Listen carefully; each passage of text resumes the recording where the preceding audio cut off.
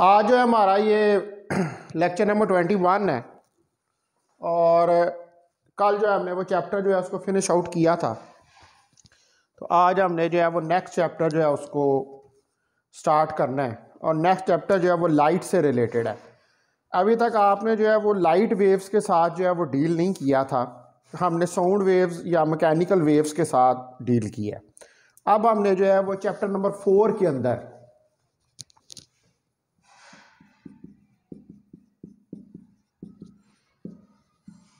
आज स्टार्ट करना है और इस चैप्टर नंबर 4 के अंदर जो है वो हमने विजिबल लाइट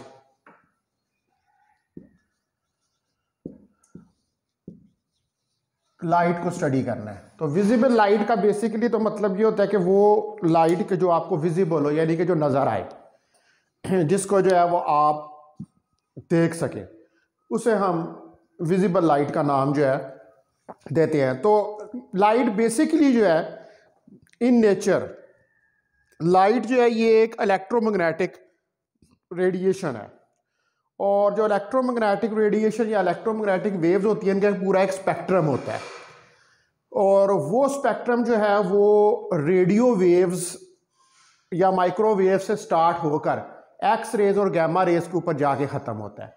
तो इसके अंदर मुख्तलिफ रीजन्स होते हैं, तो इनमें सिर्फ जो विजिबल रीजन है उसी के अंदर आपको लाइट या इलेक्ट्रोमैग्नेटिक रेडिएशन जो है वो नज़र आती है। तो जो हमारे पास विजिबल लाइट है और इसकी जो इलेक्ट्रोमैग्नेटिक नेचर है वो फर्स्टली हमें स्टडी करनी है इस चैप्टर के अंदर। तो visible light and it's electromagnetic nature.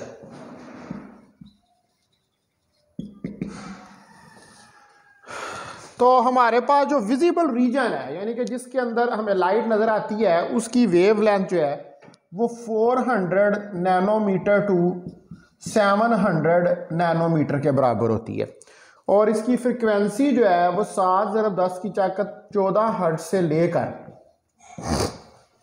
4 × 10⁻14 hertz तक फ्रिक्वेंसी होती है। यानी कि ये विजिबल रीजन की वेवलेंथ और फ्रिक्वेंसी है। अगर इस वेवलेंथ और फ्रिक्वेंसी की लाइट आ रही हो या इलेक्ट्रोमैग्नेटिक रेडिएशंस आ रही हो तो फिर वो इलेक्ट्रोमैग्नेटिक रेडिएशंस जो हैं उनको आप देख सकते हैं, वो आपको नज़र आएंगी। अगर इससे कम की होंगी या इससे ज़्यादा की होंगी तो उनको आप नहीं देख पाएंगे। उसकी वजह यह है कि आपका जो इलेक्ट्रोमैग्नेटिक स्पेक्ट्रम है वो स्टार्ट होता है microwaves, radio waves, ultra infrared, far infrared, visible region, ultra violet, X rays और फिर उसके बाद गैमा रेज। ये पूरा एक स्पेक्ट्रम है। इसमें सिर्फ एक ही रीजन है जो ये वाला है लैम्डा, जिसके अंदर 400 नैनोमीटर टू 700 नैनोमीटर है और फ्रिक्वेंसी जिसकी 7 × 10⁻14 हर्ट्ज से 4 × 10⁻14 हर्ट्ज तक फ्रिक्वेंसी है। सिर्फ इस रीजन के अंदर आपको जो इलेक्ट्रोमैग्नेटिक रेडिएशन हैं वो विजिबल होंगी। तो बेसिकली लाइट भी क्या है, लाइट भी एक इलेक्ट्रोमैग्नेटिक रेडिएशन है। तो लाइट क्या है, लाइट इज एन इलेक्ट्रोमैग्नेटिक, ये एक इलेक्ट्रोमैग्नेटिक रेडिएशन है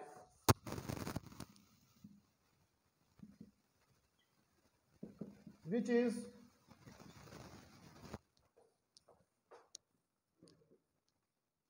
sensitive to human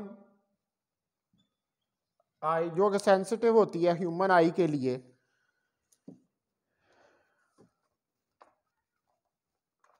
और यहाँ ह्यूमन आई जो है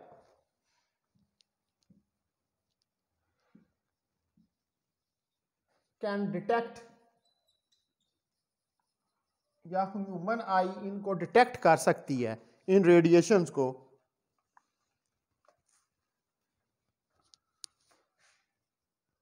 द रेडिएशंस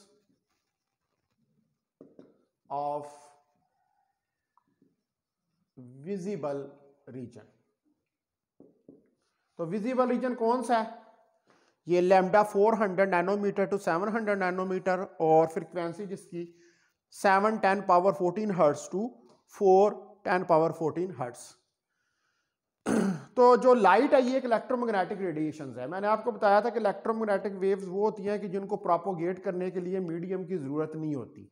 तो अब सन और अर्थ के दरमियान तो एक बहुत बड़ा गैप है, ठीक है, और उस गैप में वैक्यूम है, लेकिन उसके बावजूद जो इलेक्ट्रोमैग्नेटिक रेडिएशंस हैं वो आप तक पहुंचती हैं, लाइट जो है वो आप तक पहुंचती है, क्योंकि इलेक्ट्रोमैग्नेटिक वेव्स के अंदर इलेक्ट्रिक और मैग्नेटिक फील्ड जो है वो एक दूसरे के परपेंडिकुलर ऑसिलेट कर रहे होते हैं in the direction of propagation of light, ठीक है। तो वो जब ऑसिलेट करते हुए आते हैं तो उनको ऑसिलेशंस के दौरान, क्योंकि इलेक्ट्रिक और मैग्नेटिक फील्ड की ये खसूसियत है कि उनको मीडियम की ज़रूरत नहीं होती प्रोपोगेट करने के लिए।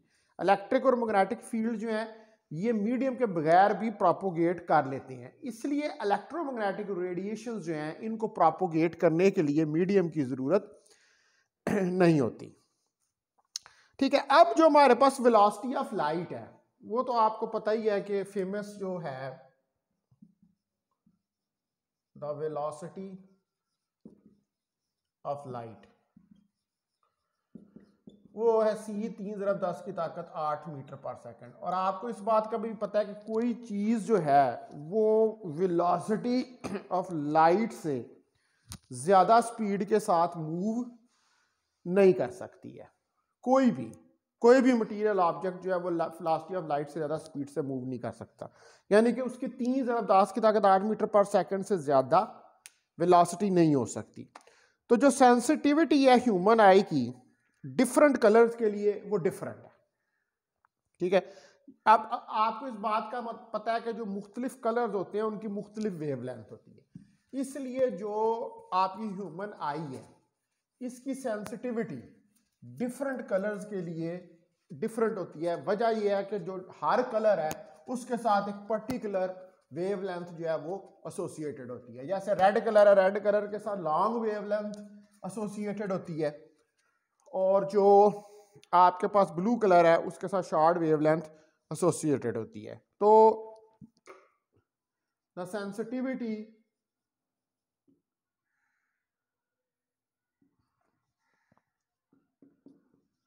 Of human I is different for different colours. तो ये डिफरेंट होती है डिफरेंट कलर्स के लिए, डिफरेंट कलर्स ऑफ लाइट कह रहे हैं,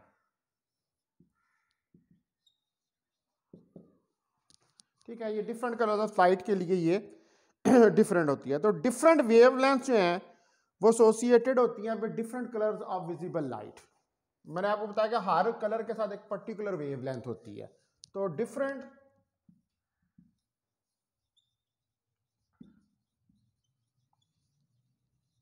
wavelengths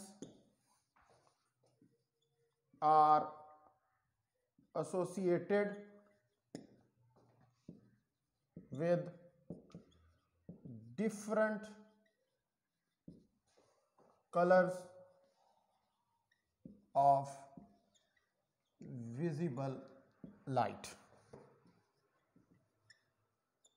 अब विजिबल लाइट के अंदर विजिबल लाइट जो है वो 7 कलर्स होते हैं, ठीक है, जो रेड से लेकर वाइट तक जाते हैं। तो रेड से लेकर वाइट तक जितने कलर जाते हैं उन सब के साथ जो है वो वेवलेंथ एसोसिएटेड होती है, यानी कि हर कलर की वेवलेंथ जो है वो दूसरे कलर से डिफरेंट होती है। जैसे मैंने आपको बताया कि सबसे शॉर्ट वेवलेंथ जो है वो वाइट कलर की होती है और सबसे ज्यादा वेवलेंथ जो है वो रेड कलर की होती है, और इसके दरमियान में बाकी कलर आते हैं जैसे वायलेट है, येलो है, ब्लू है, ये डिफरेंट कलर जिनके दरमियान आते हैं उनकी डिफरेंट वेवलेंथ होती हैं। तो जो येलो ग्रीन कलर है इसके ऊपर ह्यूमन आई की जो सेंसिटिविटी है वो मैक्सिमम होती है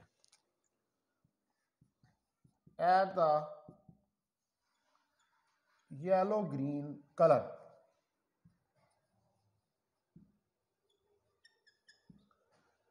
the sensitivity of human eye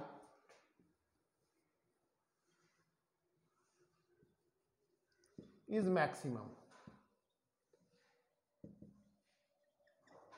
yellow green colour जो है, ये येलो ग्रीन कलर जो है ये ऑलमोस्ट 555 नैनोमीटर के ऊपर आपको मिलता है, ठीक है। और इस कलर यानी कि ये कलर जो है इसके लिए ह्यूमन आई सबसे ज्यादा सेंसिटिव है, यानी कि आपको सबसे ज्यादा अच्छे तरीके से जो कलर नजर आता है वो येलो या ग्रीन होता है, क्योंकि जो आपकी रेंज है 400 से लेकर 700 नैनोमीटर की, उसके अंदर जो पीक है, यानी कि अभी हम ग्राफ प्लॉट करेंगे तो वो पीक किसके ऊपर आती है, वो 555 नैनोमीटर के ऊपर जो है वो पीक आती है। तो ये कलर जो है ये सबसे ज्यादा सेंसिटिव है ह्यूमन आई के लिए।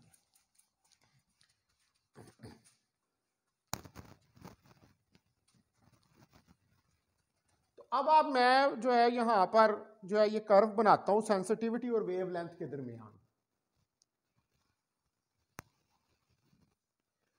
ठीक है। इस तरफ ये वेवलेंथ है और इस तरफ ये सेंसिटिविटी है, ये सेंसिटिविटी है। तो इसके दरमियान कर्व जो है ये कुछ इस तरह का आता है। यहां पर ये एक्स एक्सिस है, ये आपके पास वाई एक्सिस है। तो ये वाला जो पॉइंट है, ठीक है, ये वाला पॉइंट जो है ये मैक्सिमम सेंसिटिविटी का पॉइंट है और यहां पर 555 नैनोमीटर वेवलेंथ है, ठीक है, 555 नैनोमीटर। यानी कि यहां पर जो ह्यूमन आई है, क्योंकि ये शुरू हो रहा है किससे, 400 नैनोमीटर से 700 नैनोमीटर तक, और इसमें इस पॉइंट के ऊपर ये जो पॉइंट है यहां पर मैक्सिमम सेंसिटिविटी है आपकी ह्यूमन आई की। और ये कौन से कलर को रिप्रेजेंट करती है, वेवलेंथ, ये प्रेजेंट करती है येलो ग्रीन को रिप्रेजेंट करती है। तो जो सेंसिटिविटी होती है एनिमल्स की कलर्स को डिटेक्ट करने की वो बहुत हाई होती है, यानी कि जो ह्यूमंस हैं उनके मुकाबले में बड़ी हाई होती है। तो द सेंसिटिविटी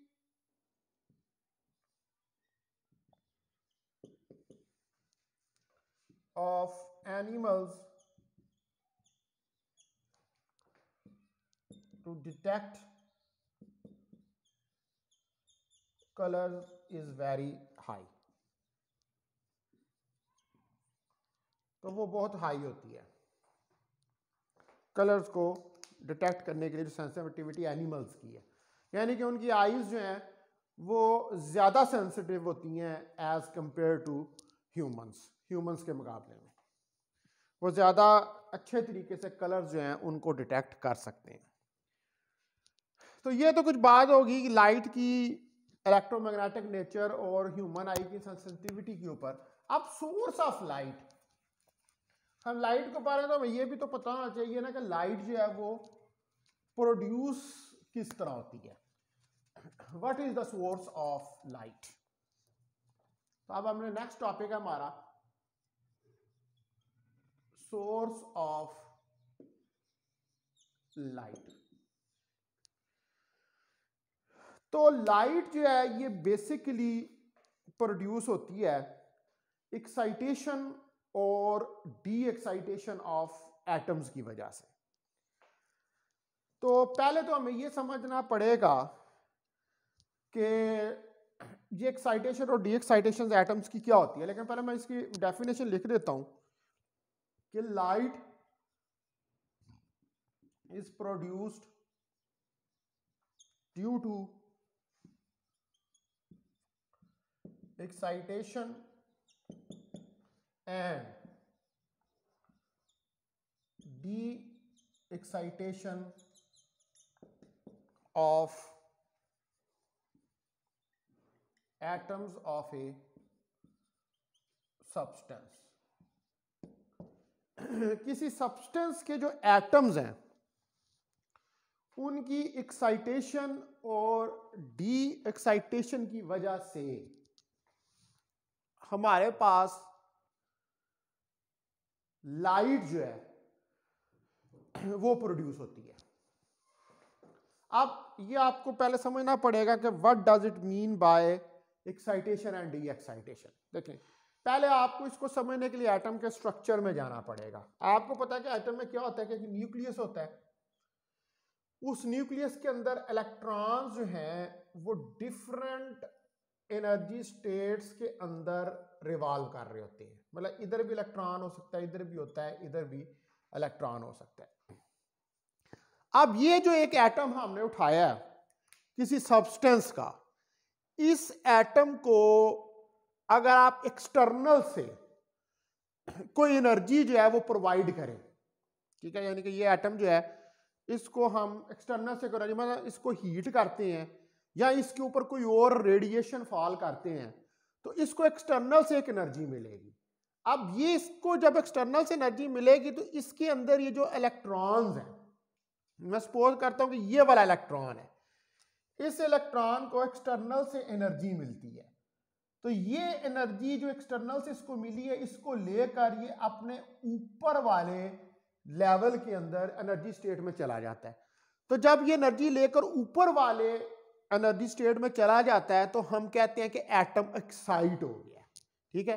यानी कि जब ये नीचे से उठ कर, जाहिर बात है कोई चीज नीचे से उठ के जाती है तो आप सीढ़ियां चढ़ते हैं, नीचे से उठ के ऊपर जाते हैं तो आपको एनर्जी की जरूरत होती है, ठीक है। तो इसको भी एनर्जी एक्सटर्नल से मिली है, तो इसने ये यहां से उठकर ऊपर चला गया, ऊपर वाली स्टेट के अंदर चला गया। अब हम कहेंगे कि यहां पर इस सूरत हाल में एटम जो है ये एक्साइटेड है। ये सिचुएशन क्या है? Atom is excited. इसको एक्सटर्नल से जो है वो एनर्जी मिली है और उस एनर्जी को लेकर इलेक्ट्रॉन जब अपने निचली एनर्जी स्टेट या लेवल से उठकर ऊपर वाले में गया तो हम कहेंगे कि एटम जो है वो एक्साइट है। अब ये वाला इलेक्ट्रॉन यहां पर 10 की पावर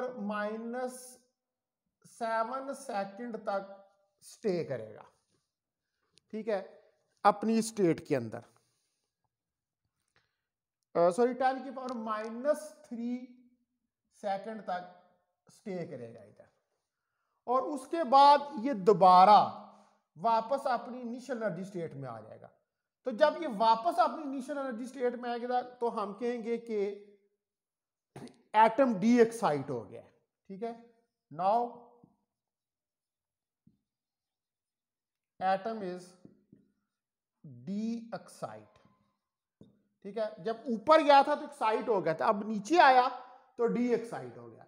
अब क्या है, अगर ये वाला जो लेवल है इसका एनर्जी E1 है और इस ऊपर वाले की E2 है, तो अब इन दो लेवल्स के दरमियान में डिफरेंस ऑफ एनर्जी क्रिएट हुआ है, ठीक है। एनर्जी का डिफरेंस जो है वो क्रिएट हुआ है और उस एनर्जी के डिफरेंस के क्रिएट होने की वजह से जो आपका एटम है उसमें के अंदर से रेडिएशंस, यानी कि जो एनर्जी का डिफरेंस है ये एटम में से रेडिएशंस की फॉर्म में निकल जाएगा ऐसे, ठीक है। यानी कि E2 - E1 is equal to delta E। ये डिफरेंस ऑफ एनर्जी है E2 - E1, that is equal to HF। HF क्या होती है? ये एनर्जी है E is equal to FH, energy of photon. ये फोटॉन की एनर्जी है। फोटॉन्स जो पार्टिकल्स होते हैं लाइट के, उनको हम फोटॉन्स कहते हैं। तो this is the source of light. यानी कि आप जब भी किसी मटेरियल के या किसी सब्सटेंस को आप एक्सटर्नल से एनर्जी प्रोवाइड करेंगे, और जब आप एक्सटर्नल से एनर्जी प्रोवाइड करेंगे और उसके एनर्जी लेकर इलेक्ट्रॉन उस एटम के अंदर निचले लेवल से उठकर ऊपर वाले लेवल में जाएंगे, तो हम कहेंगे कि एटम एक्साइट हो गया। और जब वो ऊपर वाले से नीचे लेवल में 10⁻³ सेकंड के बाद वापस आएगा तो हम कहेंगे कि एटम डी एक्साइट हो गया। अब दो एनर्जी स्टेट्स थी, इन एनर्जी स्टेट के अंदर डिफरेंस क्रिएट हुआ एनर्जी का, और वो डिफरेंस ऑफ एनर्जी जो है वो इस एटम में से लाइट या इलेक्ट्रोमैग्नेटिक रेडिएशंस की फॉर्म के अंदर जो है वो निकल गया। ठीक है, तो ये जो प्रोसेस है इसको हम कहते हैं एक्साइटेशन और डी एक्साइटेशन ऑफ लाइट। और इसकी इस एक्साइटेशन और डी एक्साइटेशन ऑफ लाइट की वजह से हमारे पास जो है वो रेडिएशंस आती हैं, यानी कि इलेक्ट्रोमैग्नेटिक वेव्स जो हैं वो प्रोड्यूस होती हैं। तो when the atoms gets external energy, जब एटम जो है उनको एक्सटर्नल एनर्जी जो है वो मिलती है फ्रॉम एक्सटर्नल सोर्स, किसी एक्सटर्नल सोर्स से, तो इलेक्ट्रॉन जो है वो क्या करते हैं, the electron jump from lower energy level to higher energy level. तो ये लोअर लेवल से हायर एनर्जी लेवल की तरफ जो है वो जंप करते हैं और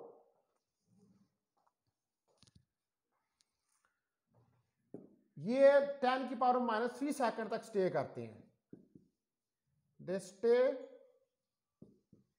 इन higher energy level for 10⁻³ second, 10 की ताकत नफी 3 सेकंड तक ये स्टे करते हैं हायर एनर्जी लेवल में। और उसके बाद and they will decay back to initial energy level, और फिर ये इनिशियल एनर्जी लेवल के अंदर जो है वो वापस आ सकते हैं। इसकी वजह से तो डिफरेंस ऑफ एनर्जी है वो प्रोड्यूस होता है जो कि एटम में से निकलता है in the form of electromagnetic radiations. Due to this difference of energy is created,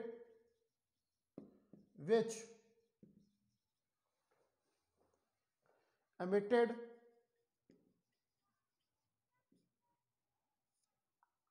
from atoms in the form of electromagnetic radiations। तो ये एटम में से इलेक्ट्रोमैग्नेटिक रेडिएशन की फॉर्म में निकलता है। इसका मतलब है कि बेसिकली जो इसके पीछे कॉन्सेप्ट है वो कॉन्सेप्ट यही है कि जब इलेक्ट्रॉन लोअर लेवल से हायर लेवल के अंदर जाता है, तो लोअर से हायर में जाता है तो इसकी ट्रांजिशन यानी कि ट्रांजिशन करता है। तो इलेक्ट्रॉन की ट्रांजिशन जो है यानी कि लोअर से हायर लेवल में जाना और हायर से लोअर में आना, इस ट्रांजिशन की वजह से डिफरेंस ऑफ एनर्जी जो है वो जनरेट होता है। और उस डिफरेंस ऑफ एनर्जी की वजह से जो है एटम्स के अंदर से इलेक्ट्रोमैग्नेटिक रेडिएशंस जो हैं वो एमिट होती हैं। तो दिस इज द सोर्स। तो बेसिकली इस तरह लाइट जो है वो प्रोड्यूस होती है। ये सोर्स ऑफ लाइट है कि किसी सब्सटेंस के एटम्स का एक्साइट और डी एक्साइट होना। तो एक्साइटेशन और डी एक्साइटेशन कैसी होगी, आप एक्सटर्नल सोर्स से उस एटम को एनर्जी प्रोवाइड करेंगे, उस सब्सटेंस के एटम को, उस एटम के अंदर जो इलेक्ट्रॉन्स होंगे वो एनर्जी लेंगे, और जब वो एनर्जी लेंगे तो वो एनर्जी लेने के बाद लोअर लेवल से, लोअर एनर्जी स्टेट से हायर एनर्जी स्टेट में जाएंगे, वहां पर 10⁻³ सेकंड तक स्टे करेंगे और दोबारा जो है अपनी इनिशियल एनर्जी स्टेट के अंदर वापस आएंगे। तो ये क्या होगा, ये एक एनर्जी का डिफरेंस दो स्टेट्स के दरमियान में जनरेट हो जाएगा। और ये जो एनर्जी का डिफरेंस है दो स्टेट्स के दरमियान में, ये एनर्जी का difference in the form of electromagnetic radiations, electromagnetic radiations की फॉर्म में ये एटम के अंदर से निकल जाएगा और हम कहेंगे कि लाइट जो है वो प्रोड्यूस हो गई है। तो दिस इज द प्रोसेस। तो ये बेसिकली सोर्स ऑफ लाइट जो है उसका प्रोसेस, यानी कि इस तरह लाइट जो है वो प्रोड्यूस होती है। तो अब मैं यहाँ पर जो है इस लेक्चर को एंड कर रहा हूँ। आप पहली मेरी मीटिंग के अंदर जो है वो एंटर हो जाते हैं और उसको जनाब ख़राब कर देते हैं। मेरे पास 2-3 मिनट रह गए मीटिंग के अंदर, उसके बाद मीटिंग ने वैसे ही ख़त्म हो जाना है। तो काइंड